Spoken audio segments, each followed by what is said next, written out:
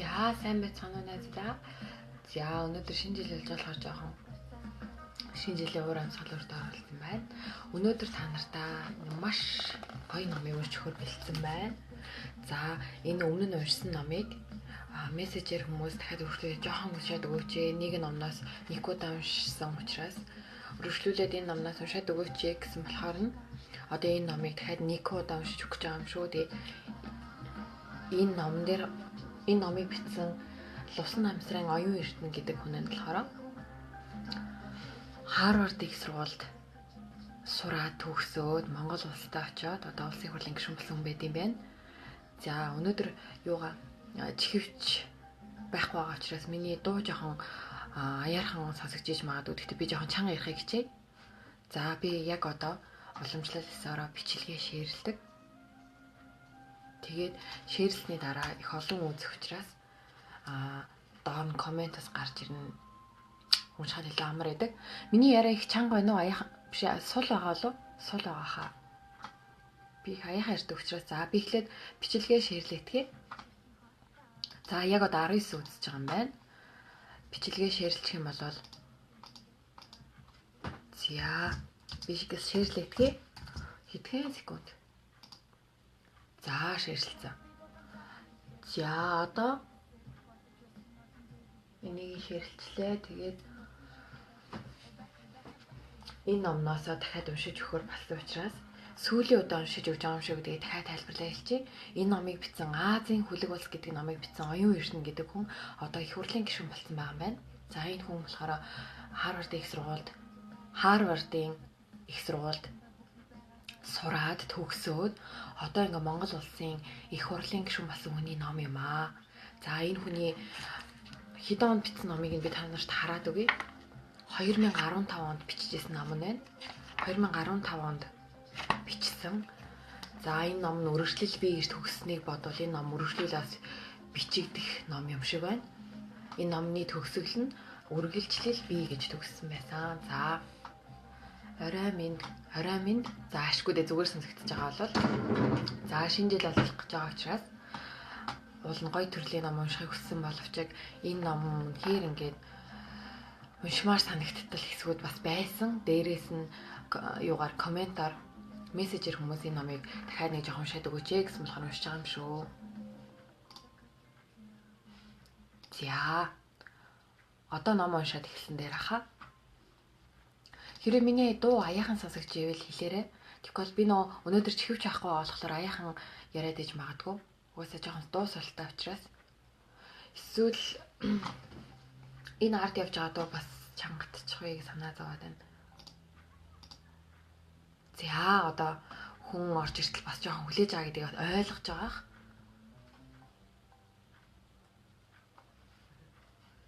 За хүмүүс ерөнхийдөө орж ирж байгаа шиг байна.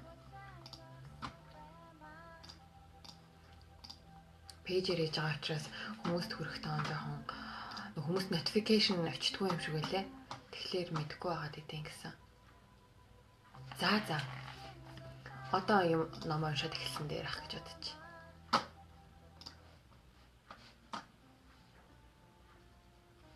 За энэ дуртай сайхан Цахилбаа гэдэг дуугаа тавьж чад бүгд энэ номыг уншъя. За ингээ унших хэсгүүдэд тэмдэглэсэн байгаа юм. Өнөөдрийн улбар шараар тэмдэглэсэн хэсгүүдийг уншиж өгнө. За өнөөдөр их гоё хэсгүүдийг уншсан байгаа.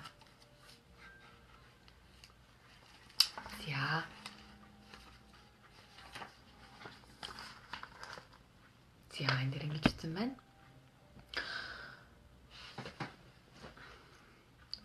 Суума бүх үзэх бүртэл хатаархдаг нэг зүйл байдаг. Тэр бол маш наривчилсан статистик мэдээлэл.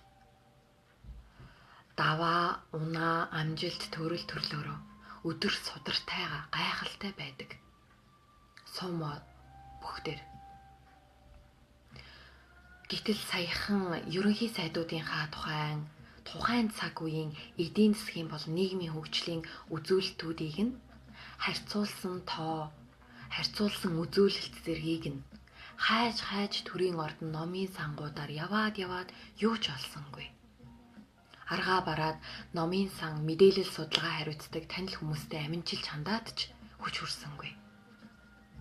Тоогүй үнэлгээ гэж юу ах вүлээ? Хөгжингүй орнуудад улс төрчдийн гүйцэтгэлийг олон нийтийн болон шинжээчдийн үнэлгээг харьцуулан үнэлсэн байдаг. Энэ хоёрын зөрүү бага байх тусмаа иргэний нийгэм бэхжсэний илэрхийлэл гэж үздэг юм байна. Хин гэдэг удирдагч бүрэн эрхийнхээ хугацаанд хідэн шийдвэр гаргасан, хідэн салбарт хідэн бодлого зорилт дэвшүүлсэн, үүнээс хідэн амжилттай болсон, хідэн хэрэгжээгүй гэх мэтийг үнэлсэн маш нарийн тоо гаргасан байдаг юм байна. Гэтэл манайд ямар байна вэ? Тоогоор үнэлэх харьцуулалт үгүй тул арт түмэн хартахаас өөр арга байхгүй. Шинжээчдийн ерөнхий завчлаа үүнээс хийх ганцхан дүгнэлт нь бидэнд академик үнэлгээ хийдэг тогтолцоо алгаа гэдэгт хүрлээ. Төрийн түшээ бүхний дэвшүүлсэн зорилт, түүний үр дүнгийн биелэлт, үйлдэл болон эс үйлдэхгүй өдөр судартайгаа үнэлэгдэн бүртгэгдэж сум бүхийх шиг л нарийн статистик нүдний өмнө яриаж байдаг байх л сайхансан. Гэтэл байдал яг одоо ямар байна вэ? Бүтээж босгосон бүхнийг өөртөө наасан захиалгат мэдээ сурвалжлага хөлсний нийтлэлүүдээр л өнөөгийн Монголын олон нийт улс төрчдийг үнэлж байна. За энэ үйлбэрийг дахиад нэг уншиж үгэй. Бүтээж босгосон бүхнийг өөртөө наасан захиалгат мэдээ сурвалжлага хөлсний нийтлэлүүдээр л өөрийгөө өнөөгийн Монголын олон нийт улс төрчдийг үнэлж байна. Түүнээс биш улс төрчийг гойж gooцсон захиалгат мэдээнээс нь салгаад бодит үйл ажиллагаанд нь хараат бусаар шалдан үнэлгээ хийдэг байсан бол Монголын төрийн гүйцэтгэлд сайнаар нөлөөлөх нь дамжиггүй. Улс төрчдийн талаар нарийн мэдээлэл харьцуулсан үнэлгээг та хөгжингүй оронд Google гэх мэт дурын хайлтын системээс хэдэн мянгаар нь олж харж болно. Ийм байж гэмээн л арт түмэн нь тухайн улс төрчийн талаар зөв дүгнэлт, зөв үнэлэлт хийж зөв хүнийг сонгож чадна. Харин энэхүү соёл манад хараахан бүрэлдэн бий болоогүй л байна. Магадгүй энэ нь улс төрчдөд өөрсдөд нь ашигтай байдаг ч гэж болох юм. За яагаад ийм сэдв уншаад байна гэхлээр энэ уншсан номонд маань ийм сэдвүүд байгаа учраас яг л энэ уншсан номноос л ингээд уншаад байгаа учраас ойлгоно үзье.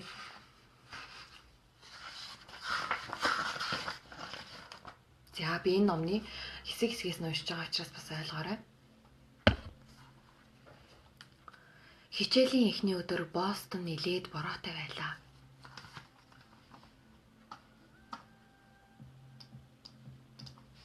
За тэгэхээр уншиж эхлэе. Хичээлийн эхний өдөр Бостон нэлээд бороотой байлаа. Гэхдээ энэ нь Джон Харвардд танилцах уулзалтаа хийдэг сургуулийн уламжлалыг эвдэж чадсангүй. Дэлхийн 89 орны 200 гаруй оюутан нэрийн хуудасаа солилцсон яриа өрнүүлж эхэллээ. Жишээ татвал хаанаас ирсэн бэ? Монголоос. Чингис хаан агуу түүхтэй ор мөн үү? Мөн. Монголыг хэрхэн төсөөлдөг вэ? Мортонбаатар нүүдлийн соёл. Танах орсоор ярьдгүү, хятадаар ярьдгүү? Монгол хэлээр.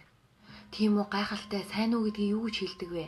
Танаа үндэсний хоол чинь юу вэ? Mongolian barbecue мөн үү?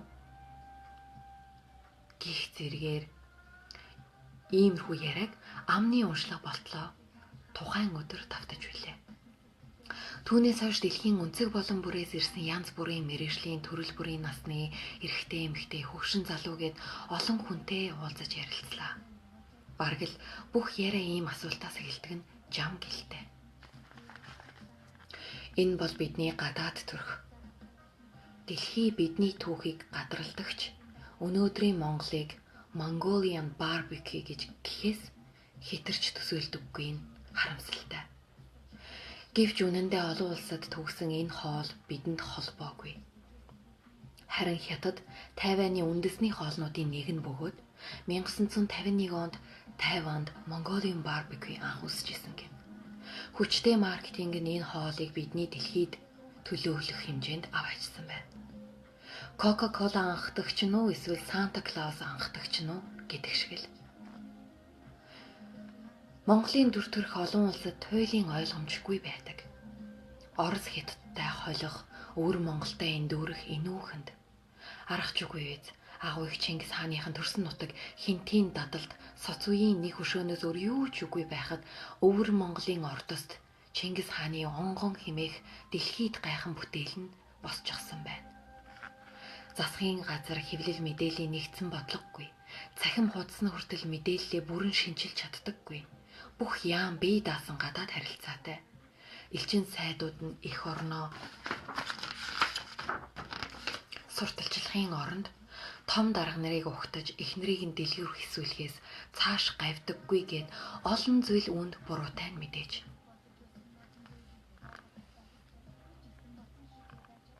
Гадны хүч оюунд дулдуйдан хөгжил твшилд хүрсэн улс орон гэж дэлхийд нэгээхэн ч үгүй. Бүгд л өөрийн өвөрмөц онцлогийг таньж түүгээрээ дамжин дэвшин дээшилсэн байдаг. Австрали улсын анхны иргэд Их Британи улсаас илгээгдсэн ялтнууд байсан гэдэг. Эрхэмсэг язгууртнууд гэмт хэрэгтнүүдтэйгээ нэг газар нутагт амьдрахыг хүсээгүй хэрэгэлдэ. Гэвч тэдгээр хүмүүс Австралид суурьшаад Англиас арай өөрөөр хөгжиж эхэлсэн юм. Үүнийг эхэндээ анзаараагүй Их Британи улс хожим өвөрмөц төр төрх бүхий шинэ үндэстэн мэндэлж байгааг ойлгож ихээхэн хэмжээний хүч гаргасан ч нэгэнд оройтсон байж гин. Хятад оюутнуудтай хаяа уулзаж ардчиллын тухай ярилцахад дийлэнх нь манай улс ардчилсан тогтолцоонд шилжихийг үгүйсгэхгүй. Гэхдээ нэг зүйл нь тодорхой. Тэр бол Америкийн биш Хятадын ардчлал байх болно гэж хариулдаг. Норвеги, Сингапур, Япон, Өмнөд Солонгос гэд бидний жишээ авах дуртай улс гүрнүүд аль нэг улс төрийн үзэл баримтлалаар хөгжсөн гэхээс илүүтэйгээр суур үнэт зүйлс хэмээх ойлголтыг маш сайн тодорхойлж өөрсдийн хөгжлийн загварыг гаргаж ирсэн байдаг. Харин бид шийдлийг дотроосоо биш гаднаасаа 25 жил хайлаа. Буурал дээдсийн оюуны борд авдраа уудалж үндэсний төр төрх суур үнэт зүйлсээ эргэн нэг харж өөрийгөө таньж өрөөлтөө өрсөлдөх цаг нь аль үжээ болжээ.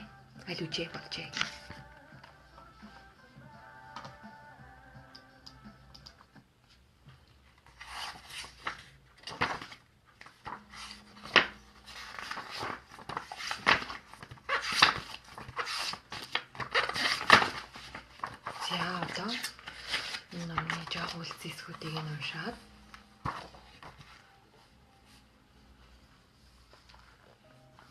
за би бол 80 тавьсан байгаа. Энэ сонсогдохгүй юм болов? За одоо явж байгаа.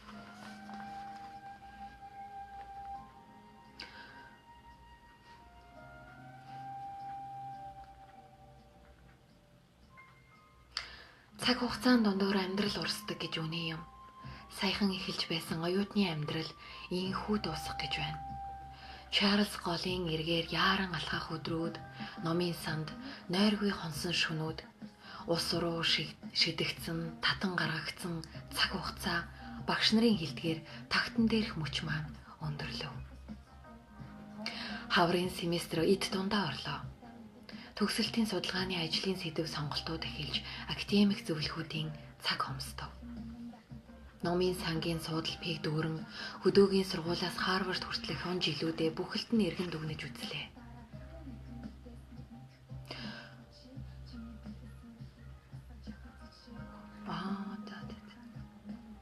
Номын сангийн суудалбыг дүүрэн хөдөөгийн сургуулиас Харвардын хүртэлх он жилүүдээ бүхэлд нь эргэн дүгнэж нэг үзэв.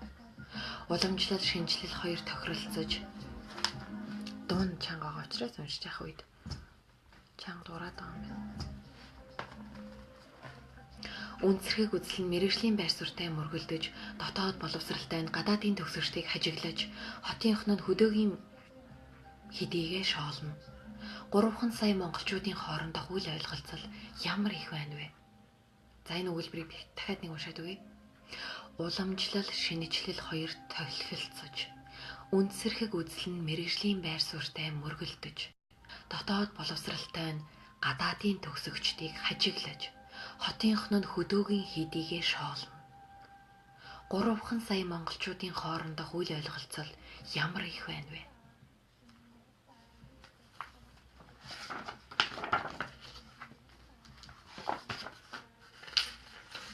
За одоо сүүлийнхаа нэг хэдхэн хэсгийг нь уншаад өгье. Дэлхийн агуу түүхтэй орнуудын нэг хэдий ч аялал жуулчлалын өрсөлдөх чадвараар 140 орноос Монгол улс 101-т ордог гэнэ. Аялал жуулчлалын өрсөлдөх чадвараар Монгол улс 140 орноос 101-т нь ордог гэнэ. Нэг хүнд ноогдох газар нутгийн хэмжээгээр дэлхийд нэгдүгээрт эрэмблэгддэг Монгол улс газар тариалан хүнсний үйлдвэрлэлийн хэмжээгээрээ 192 орноос 180-т нь ордог. 192 орны 180-т нь. Хүн амд ноогдох малын тоогоороо дэлхийд нэгдүгээрт зогсдог Монгол улс маань малын түүхийн эд органик хүнсний экспортороо дэлхийд эрэмблэгддэггүй гэнэ. Оюуны чад ухаараа дэлхийд Монгол улс маань 8 дугаарт жагсдаг хэдий ч ихтэй сургуулийн өрсөлдөх чадвараараа эхний 1000-т нь ч багтдаггүй юм байна. Хүн амын дундаж наслалтаар 194 орноос 129-т нь ордог.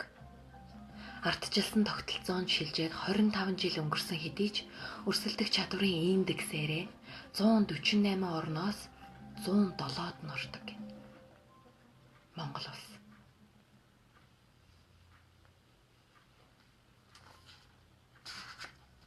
За тэгээд энэ хүний номыг үзээд ингээ артлынхаа зургнуудыг нь байд юм байна. Ингээ зургнуудыг нь үзсэн чинь энэ дотор болохоор найзуудтай ингээ тайлбарлаа хэлчихье. Харвард их сургуулийг төгсөж явах үеийн, хичээлдээ сууж явах үеийн, хийж исэн ажлуудынх нь үеийн зургнууд болон энэ номыг бичгтээ ашигласан материалууд, ном зүй, цахим их сурвалж гэдэг энэ байгаа юмнуудыг нь харлаа л да. Энэ нэг тийм амар том зузаан ном биш, жижигтэр ном байсан. Зузаан хуудастай, цөх хуудастай. Зузаан учраас. За тэгээд ийм ном байд юм байна. Өнөөдөр сүүлийнх нь удаа уншлаа. Энэ номны нэр нь Азийн хүлэг улс. Энэ номны зохиолч нь өөрөө Харвард их сургуулийг төгсөж ирээд Монгол улстай одоо их хурлын гишүүн болсон байгаа. Лусан намсрын оюун эрдэнэ гэдэг хүн юм байна.